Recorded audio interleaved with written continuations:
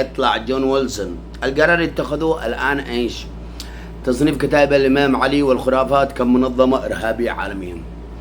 تليها بدر، تليها كل المنظمات والميليشيات اللي داخل العراق. يعني انتم عارفين ايش الابعاد؟ يعني امسح، يعني ادعس، يعني اضرب، بام، خلاص الضربات بدأت على الحشد امس.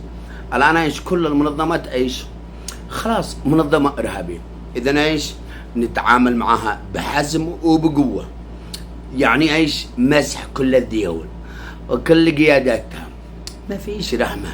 والقرار اتخذ، القرار خلاص تم تصنيفهم يا رجال، كلهم جماعة إرهابية زيهم زي باعش ايش؟ مع انه باعش عمل مخابراتي ايراني مع هيلاري كلينتون وامام، بس صنف جماعة إرهابية. خلاص يقضوا عليه. الان ايش؟ التدخل، كل الجماعات منظمة إرهابية. حلو، يعني مسح، يعني جلد، يعني ايش؟ بيبدأوا في مناطق ابناء السنة، الفلوجة والأنبار، خلاص لأن الحشد مسيطر هناك. انتهى. والله لا تشوفوا اللي ما لم تشوفوه. جاكم الموت يا تاركين الصلاة. كان الحزب الديمقراطي متعاون معاكم ولعب مخابراتية. الآن خلاص ترامب بيصحح الوضع، حرر العراق من إيران. جون ويلسون ماسك الملف العراقي.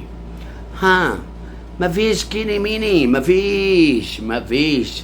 اتجهز والله لا نهدي قحبلة والنجف وقربتني السعيد صنعاء، بام. اما ايران يوم الاثنين، يوم الاحد اقصد، ساعات تفصلنا على الضرب الكبير، مع انه به انفجارات داخل ايران من الداخل، بام.